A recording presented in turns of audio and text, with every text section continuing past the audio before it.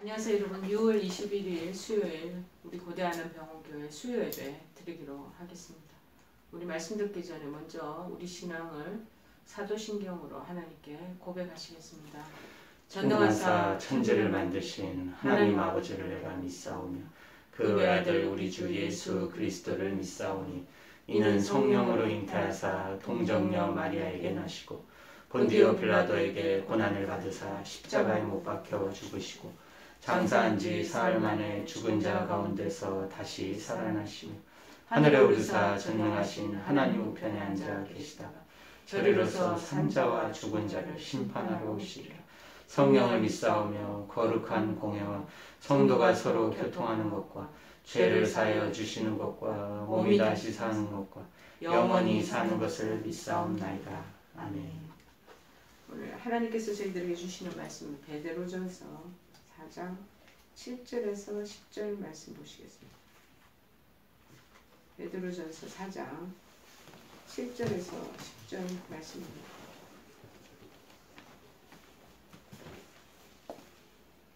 (381쪽입니다) 베드로전서 4장 7절에서 11절 말씀 보시겠습니다. 제가 봉독해 드리겠습니다.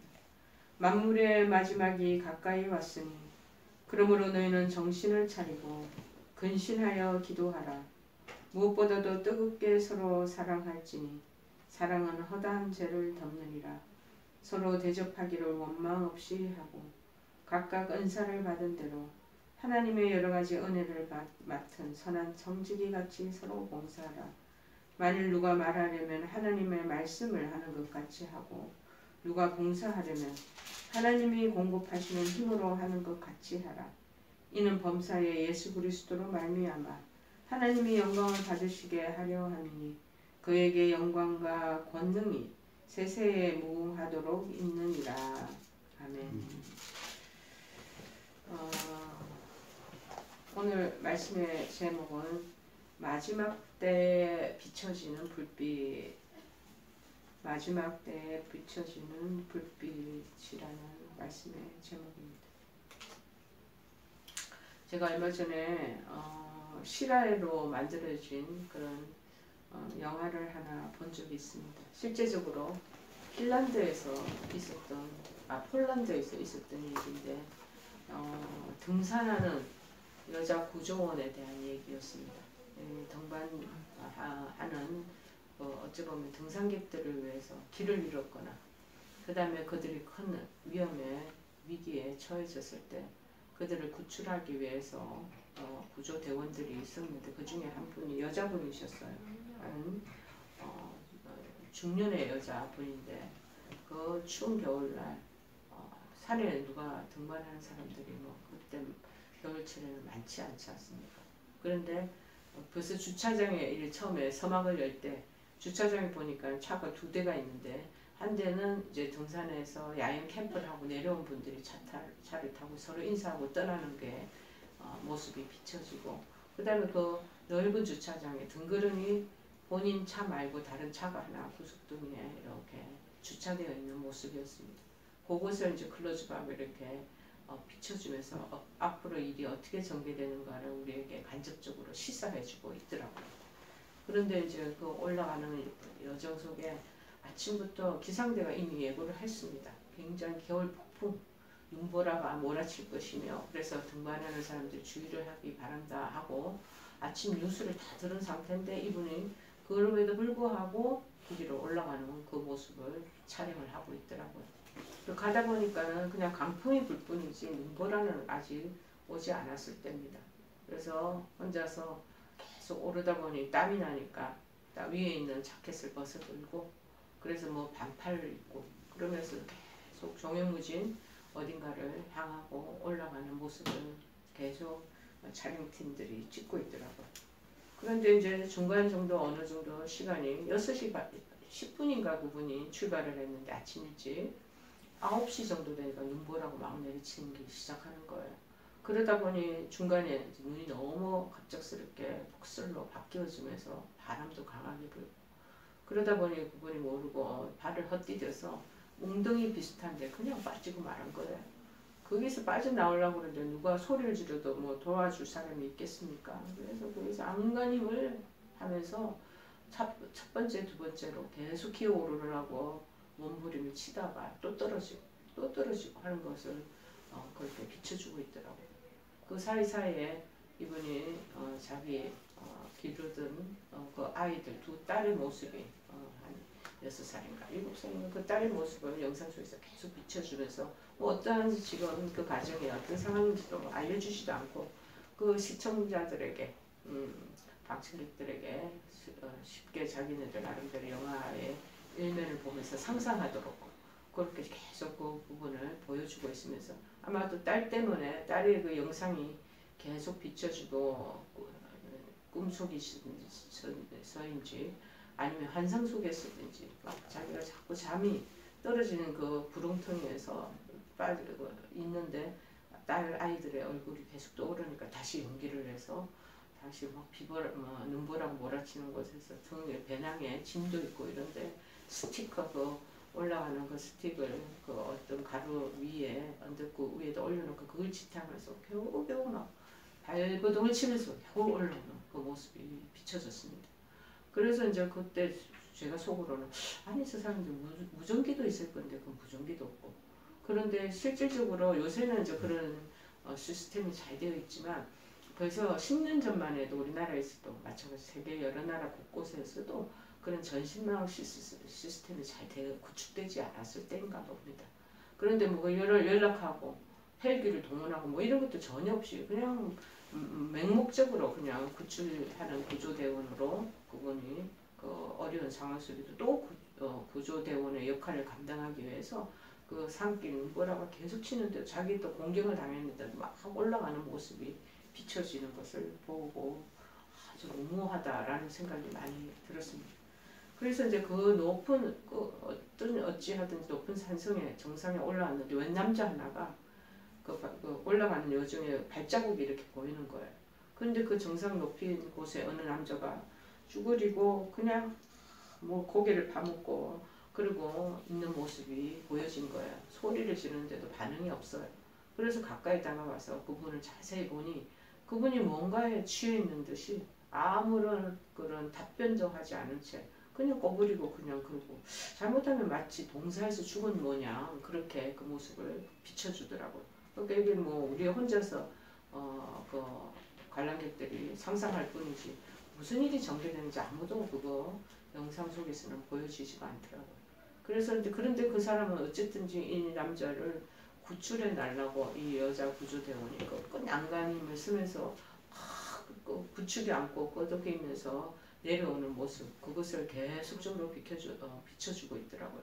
근데 가다가 이 남자가 정신이 조금 들었는지 뭐 저리 가라고 나 혼자 내버려 두라고 관계 상관하지 말라고 막 또 소리치면서 그럼에도 불구하고 달래가면서 이 사람을 산 밑에 아래까지 내려오는 하산하는 그 모습들이 계속 비춰지고 있었습니다.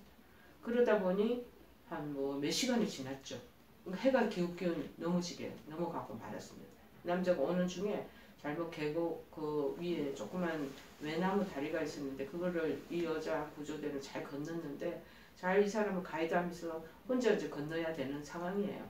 통나무로 만든 그 다리를 건너야 되는데 남자가 결국 우리가 보기에도 벌써 아이고 저러다 미끄러져 물속에 빠지겠다 했는데 아니다 다를까.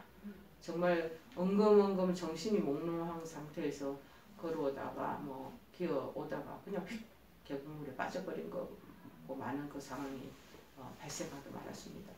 그랬더니 막 사람이 밑으로 물 급류에 휩쓸려서 막 나가는 거예요.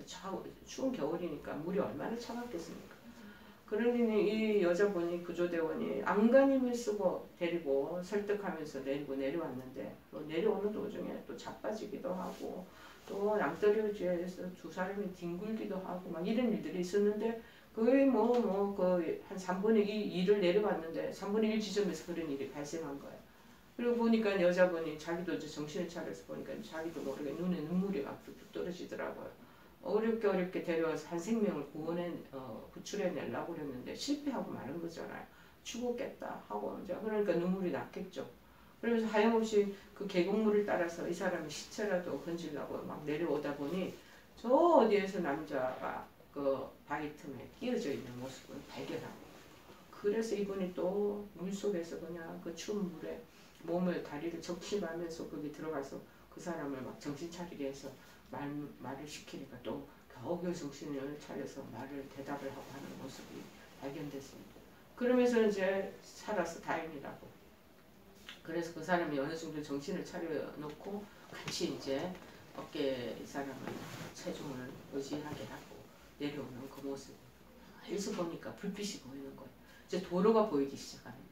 지나가는 그런 불빛 때문에 거의 다다르게 됐구나. 이제 큰 위험 속에서 이제 헤매지 않게도 되겠다 하고, 그때가 벌써 시간이 뭐 8시, 9시 그렇게 밤 어둑하게 이제 해가 산속의 겨울에는 더 빨리 떨어지잖아요.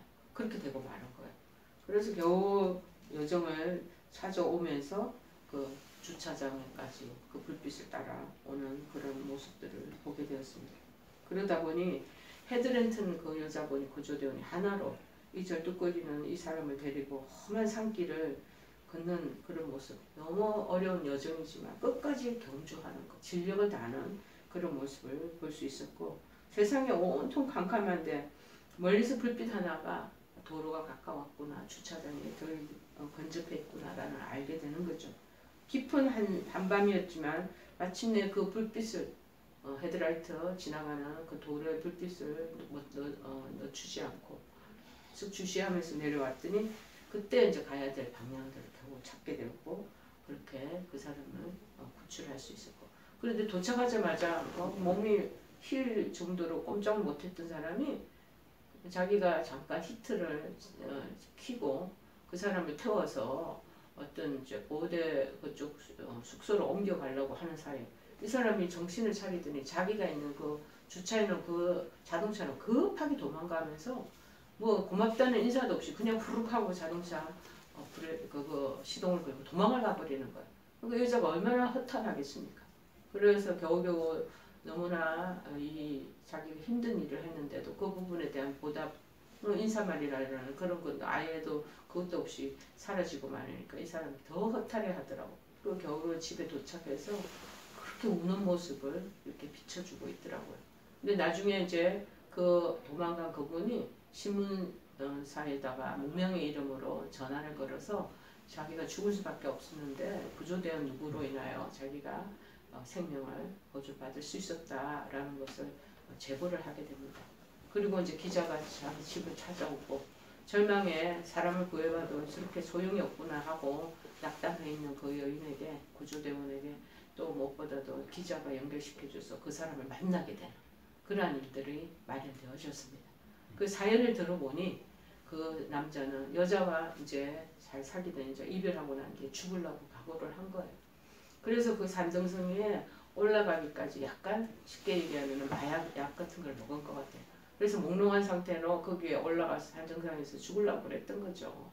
그런 얘기를 비춰주면서 그 다음에 이 구조대원은 왜 어째서 그 험악한 그 일들을 아무 뭐 어떤 자기 사명감이 있겠지만 그렇게 죽을 똥살똥 자기 목숨도 어떻게 될지 모르는데 이 사람을 구출해냈느냐라는 것이 이제 설명이 이렇게 영상을 통해서 감독이 설명을 하고 있더라고요.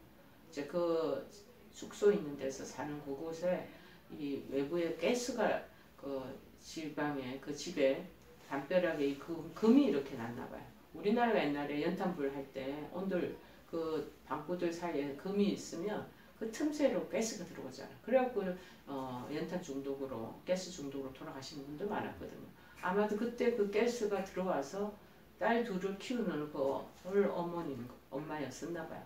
그 6살, 7살짜리 두 아이를 다 잃어버린 거예요. 그런데 그거에 대한 상실감. 그래서 어쨌든지 자기 아이도 돌보지 못하고 생명을 그렇게 잃어버린 그 생명에 대한 그 소중함 때문에 자기가 죽으라고 자기의 목숨을 내려놓고 그 산정성의 구조대원으로 그 일들을 험한 일들을 하게 되었노라. 그 얘기를 설명해주고 있더라고요. 실화라고 얘기를 하더라고요. 그런데 이 마찬가지로 우리가 이런 어두컴컴한 밤의 산길에서 불빛을 하나 만나는 것은 얼마나 이게 소망이고 희망이고 평생 잊지 못할 그런 상황이 되지 않겠습니까? 이것을 우리가 시제적인 상황과 우리가 연결시켜 보면은 누구에게나 우리 인간은 인생은 어두운 밤이 다 있게 된다는 거예요. 그리고 이 혹독한 추위와 싸워야 하는 절망이 찾아올 때가 있다라는 거예요. 그때 희망을 잃지 않게 해주는 건너편 산에 그 도로변에 불빛 하나가 필요한 것처럼 그런 불빛이 있다라는 거죠. 밝혀놓은 작은 그 불빛 덕분에 누군가는 길을 찾을 수가 있고 생명을 살릴 수가 있고 그렇게 세상이 주거니 받거니 하게 된다라는 것을 우리가 여러 가지 측면에서 바라볼 수가 있습니다.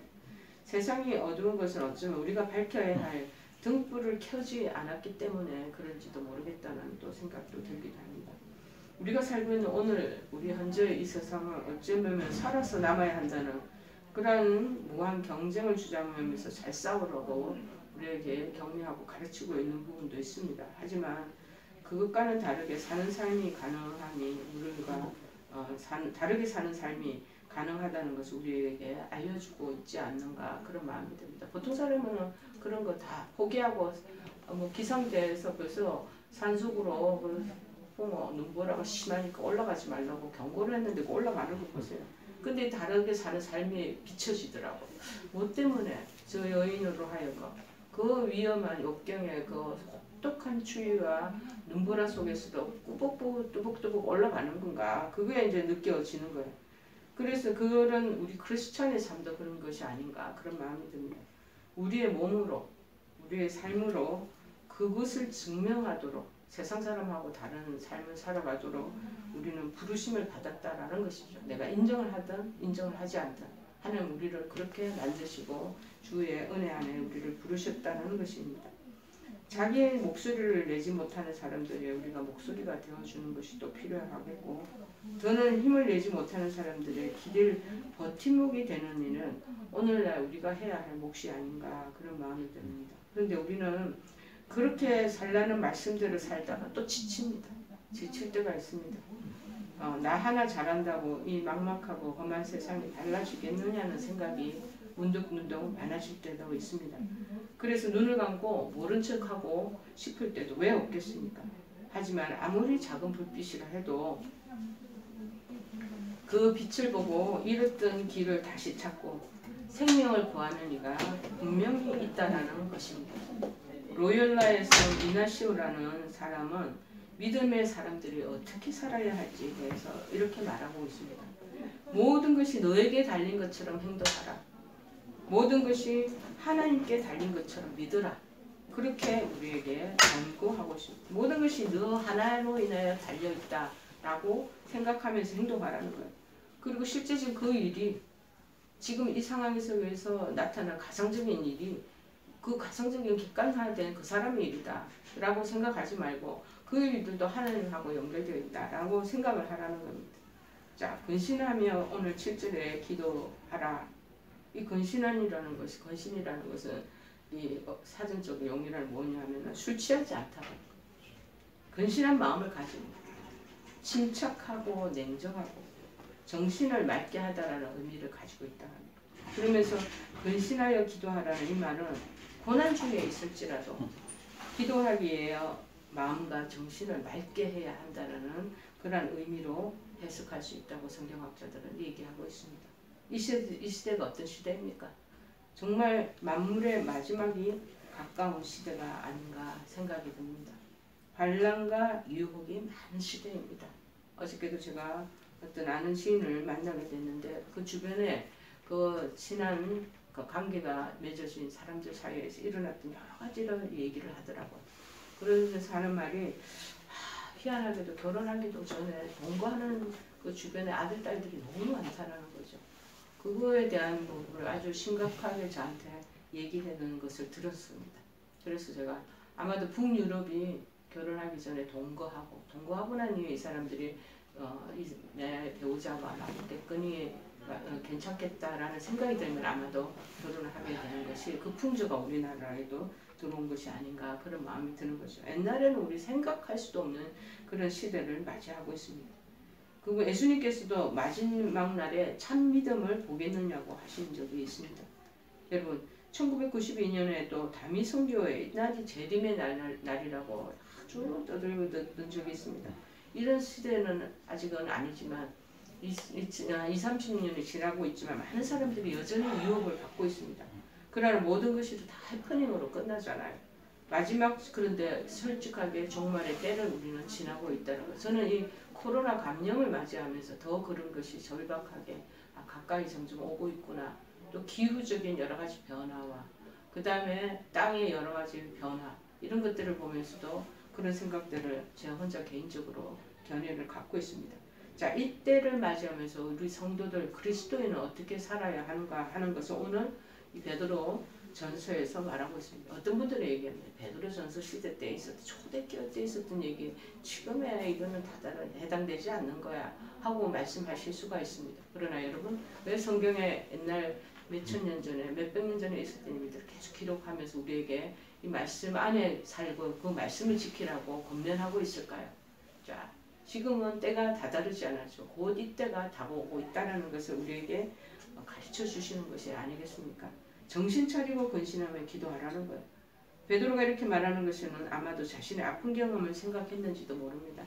그는 깨어서 기도해야 할 시간에 잠에 취해서 기도하지 않았던 것이 성경에 나오기도 합니다. 그 결과로 주님께서 빌라도 법정에 끌려가서 재판받을 때 씻을 수 없는 큰 실수를 저지르고 말지 않습니까? 예수님을 잘 따라다녔습니다. 3년의 공생애 동안.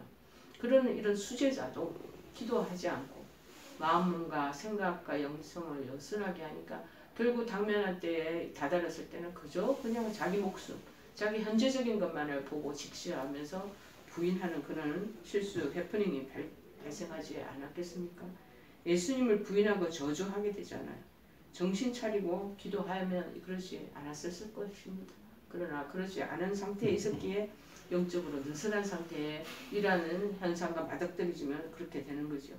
그런데 이런 실수를 하는 베드로는 성령을 주실 때까지 예루살렘을 떠나지 않고 기다리라고 하신 부활하신 그 다음에 예수님 말씀을 생각하며 그 뒤로 열심히 기도하기 시작했다고 사도행전 1장 14절에 말합니다. 베드로는 이제는 두 번 다시 실수를 범하지 않기 위해서 마가의 다락방에서 기도하며 이때 성령 충만을 받았다고 성경은 기록하고 있습니다. 그 후에도 정해진 시간을 정해놓고 기도하는 일을 게을리하지 않았다고 사도행전 3장 1절, 10장 9절 곳곳에 기록해놓고 있습니다. 마침내 그러한 베드로는 기도를 통해서 이제는 담대해진 거예요. 도망가고 회피하고 뺑소니치던 소극적인 이 베드로, 담대하지 못하고 늘 회피했던 이 베드로가 기도를 통해서 충만해지니까 이제는 어떤 환난도 이길 수 있는 자로 변모되고 말았던 것입니다. 그래서 오늘 말씀처럼 7절에 자신의 신앙 고백처럼 증거하고 있잖아요. 만물의 마지막이 가까이 왔으니 그러므로 너희는 정신을 차리고 근신하여 기도하라 라고 자신의 신앙 고백을 우리 현대인 믿음의 사람들에게 충고하면서 권고하고 있습니다. 그 다음에 이 만물이 점점 가까울 때 말세의 지말에는 어떻게 되나 뜨겁게 서로 사랑하라고 얘기합니다. 기도에 대해서 승리의 삶을 살고 있는 베드로는 기도하면서 성도로서 해야 할 일이 서로 사랑하되 뜨겁게 사랑하는 일이라고 증거하고 있습니다. 우리는 사랑한다는 명목상의 어떤 그런 그 부분에 대한 이론적인 부분을 우리가 많았잖아요. 그런데 제가 이 뜨겁게 사랑하는 이게 무슨 말인가 참 하기 힘든 숙제와 같고 우리에게는 참으로 어려운 부분의 그런 과정인데 라는 마음이 이렇게 들었습니다. 기도하는 것이 어떻게 보면 내적으로 성숙한 삶을 사는 것이라면요. 뜨겁게 사랑하라는 것은 외적으로 실천하는 성숙한 성도인 것을 나타내는 삶이 아니겠는가 그런 마음이 듭니다. 여러분 뜨겁게 사랑하라는 이 헬라의 말의 의미는 운동선수들이요 스포츠 선수들이 지속적으로 근육을 강화시키고 긴장시키고 노력하는 모습 우리가 수시로 얼마 전에 월드컵이 끝났지만 그거 보고 있지 않겠습니까? 저는 특별히 이 황희찬 선수에 대한 그런 프로그램을 한번 이렇게 비춰준 적이 있었습니다. 유럽으로 이미 이분이 스카우트가 간 것부터가 손흥민이랑 마찬가지로 아주 탁월한 선수입니다.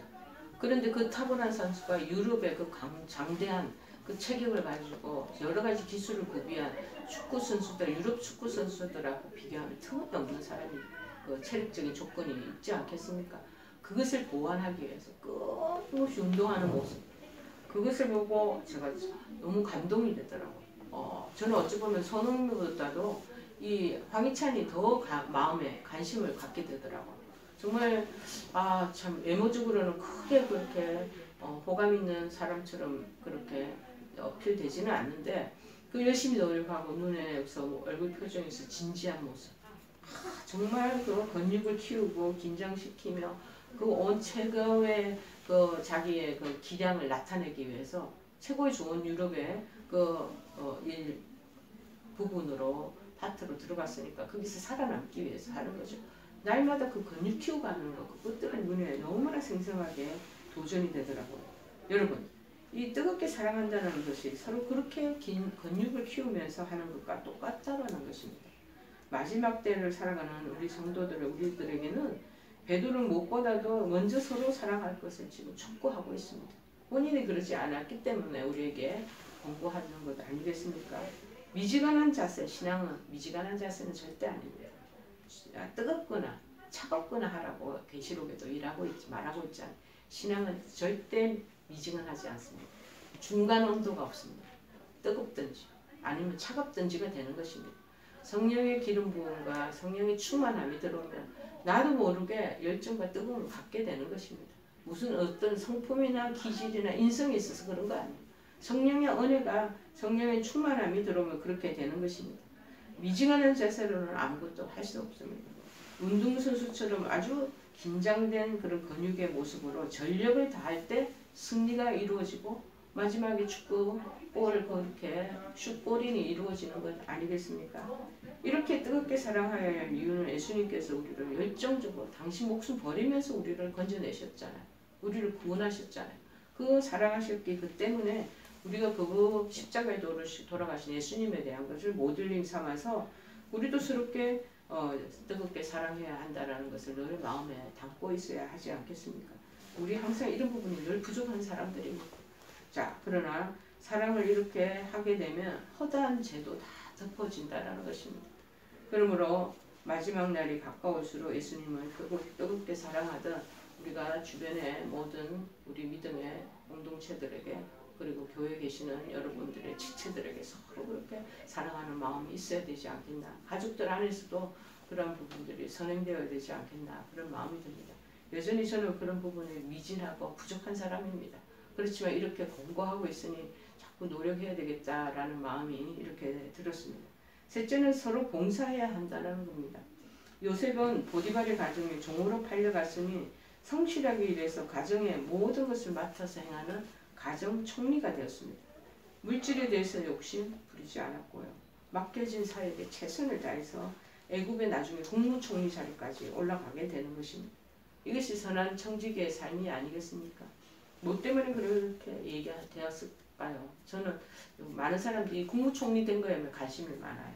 어째서 이 사람이 하루아침에 그렇게 높은 포지션에 올라가서 천하를 호령하는 그런 정말 위치에 다다르게 됐는가? 거기에 관심이 많을 거예요.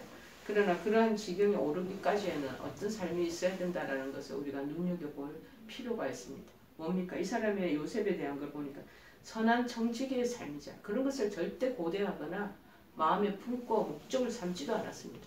그냥 선한 청지기처럼 열심히 부지런히 자기한테 주어진 것에 최선을 다하다 보니 하나님 높여주시는 거죠. 여러분, 성경은 이러한 선한 청지기로서 서로 봉사하라고 남의 나라에 끌려갔잖아요. 노예로. 그런데 그 가정의 가정총무로도 선하게 봉사하고 주인을 섬기고 그렇게 할 때 정말 하나님께서 그 일들에 대한 대가를 주시는 거죠. 예수님께서 이 땅에 오실 때 섬김을 받으러 온 것이 아니라 섬기려 왔노라 라고 말씀하신 것처럼 이웃을 섬기는 삶을 자꾸 살라고 우리에게 권고하고 계시는 겁니다. 예수님께서는 다른 사람들을 섬기기 위해서, 즉 다른 사람들을 위해서 봉사하기 위해 오셨다는 것. 저는 이 봉사와 섬기는 부분에는 터무니없이 부족한 사람입니다. 그렇지만 제 인간적인 그 노력으로 해보려고 애를 쓰고는 있습니다.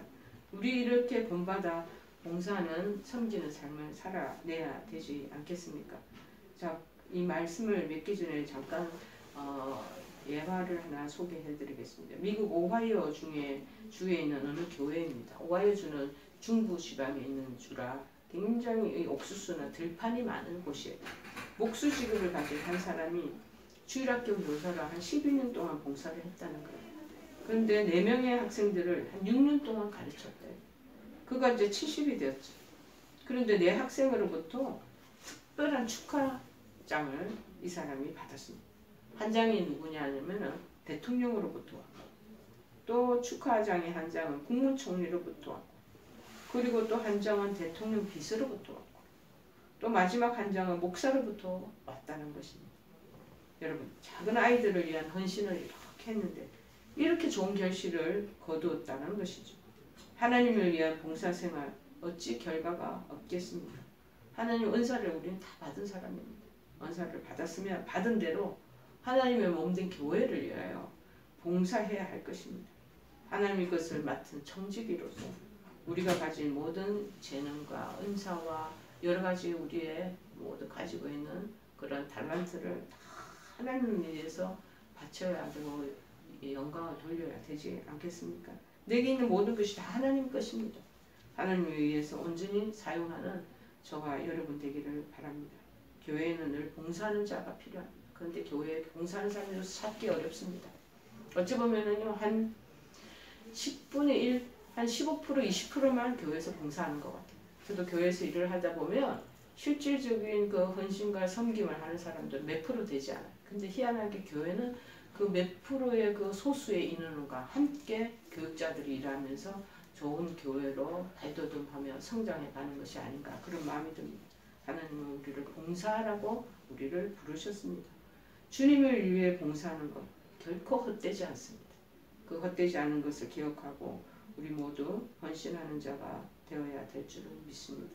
매일의 생활 속에서 오늘 점점 마지막 때의 시점에 있다면 하나님 자녀답게 믿음으로 선택하는 것 포기하지 않고 아무도 눈여겨보지 않은 작은 일을 만났을 때도 하나님이 옳다고 하신 편을 언제나 택할 수 있는 용기를 주시옵소서 하고 기도하면서 그 편에 서서 가장 소수의 그 프로테이지 안에 들어가면서 거기서 우리에게 주시는 이 인생의 시간들을 다 섬기고 그 다음에 서로 아끼고 그러며 헌신하며 나아가는 작은 불빛이 되어야 되지 않겠는가 그런 마음이 듭니다. 그러면 어두운 속에서 추위 속에서 정말 눈보라가 치는 그 시련과 역경 속에서도 이 불빛 보고 마음이 그리고 자기의 삶이 따뜻해지고 온화해져서 새 삶을 출발할 수 있는 귀한 그런 생명의 발로가 되어질 것이라 믿습니다. 오늘 이 말씀을 생각하면서 우리 찬송가 406장 찬양하시겠습니다.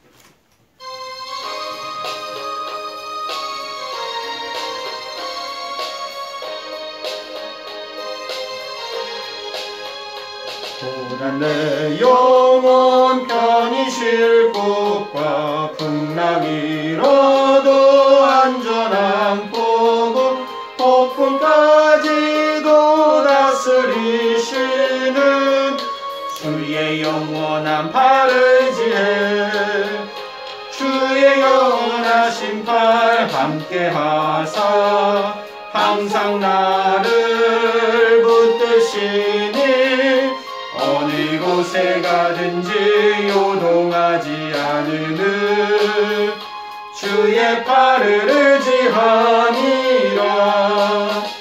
세상 친구들 나를 버려도 예수들 함께 동행함으로 주의 은혜가 충만하리들 주의 영원한 팔을 지혜 주의 영원하신 팔 함께 하사 항상 나를 붙드시는 어느 곳에 가든지 요동하지 않으는 주의 팔을 의지하니라. 나의 믿음이 연약해져도 미리 예비한 힘을 주시며 위태할 때도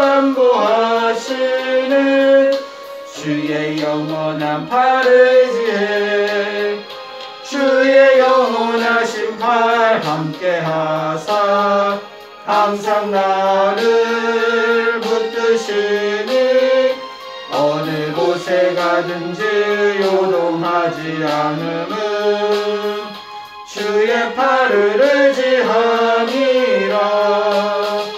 능치 못한 곳 주께 없으니 나의 일생을 주께 맡기며 나의 모든 짐 대신 지시는 주의 영원한 팔을 지혜 주의 영원하신 팔 함께 하사 항상 나를 붙드시니 어느 곳에 가든지 요동하지 않음은 주의 팔을 의지함이라.